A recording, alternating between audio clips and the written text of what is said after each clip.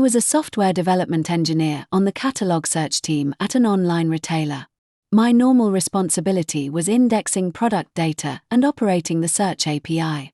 The order confirmation email service belonged to a different team. During a weekend promotion, customer support reported that some confirmation emails showed the correct total but omitted one or more item names. Valid orders triggered no payment or availability alarm. The email team's primary engineer was on leave, and the remaining engineer was focused on a separate deliverability incident. It was outside my service boundary, but it mattered because customers could not verify what they had bought and were contacting support before dispatch. About 6,000 emails had incomplete item details in the first 3 hours, and contact volume was climbing. I told the incident manager I would own diagnosis and coordination until the email team could take it back, while leaving actual production approval with that team's on-call engineer.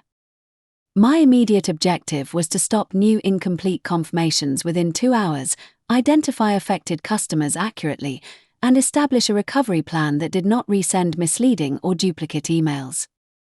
I first traced one order across checkout, the event bus, catalog lookup, and email rendering. The order event contained every product identifier. The email service then called our catalog API in batches of 50. During promotion traffic, one batch could time out, but the client treated the partial response a success and rendered whatever names it had received. I rejected increasing the timeout because our catalog latency was already elevated and longer calls would hold email workers, threatening all confirmations. I proposed 2 reversible controls: make the renderer fail closed when any requested identifier was missing, and temporarily route incomplete messages to a retry queue instead of sending them. Because I did not own the email code, I paired with its engineer and wrote the missing identifier check while they reviewed and deployed it. I also added a response field in the catalog client that distinguished an empty product from an incomplete batch. We tested it against captured event payloads and confirmed that complete emails still flowed while incomplete ones waited. That stopped new bad messages 78 minutes after I joined. But the larger ownership gap was recovery. Nobody had a reliable list of affected customers because the email service logged sends, not which item names were rendered. I built a bounded reconstruction job that joined order events, email send records, and catalog request traces for the promotion window.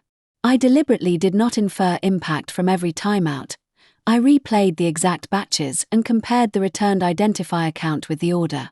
That produced 7,842 candidate emails. My first sample contained false positives where a product had legitimately been removed from public search after purchase. I worked with the catalog operations analyst to query the historical product snapshot rather than the current index, which reduced the confirmed set to 6,317. I documented the uncertainty and had support review 50 cases before we contacted anyone. For recovery, marketing suggested resending the normal confirmation. I pushed back because customers could mistake it for a second order. I proposed a clearly labeled corrected receipt referencing the original order number, with no new payment language. Legal and support reviewed the wording, and the email engineer sent it through the existing transactional channel. I stayed through the handover the next morning.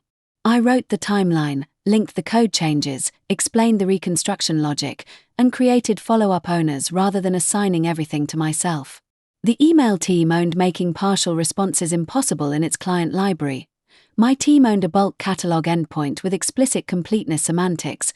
Observability owned an alarm comparing requested and returned item counts. All 6,317 affected customers received a corrected receipt before dispatch. Related contacts peaked that evening and fell back to baseline the following day. No duplicate orders or payments were created. Over the next 8 weeks, the new completeness alarm caught 3 upstream timeouts, and the retry path prevented any incomplete confirmations from being sent. The thing I learned was that stepping outside my boundary should include a clear handback, not permanent informal ownership. I now define the temporary decision boundary at the start of an incident and leave the receiving team with evidence, mechanisms, and explicit owners when normal accountability resumes.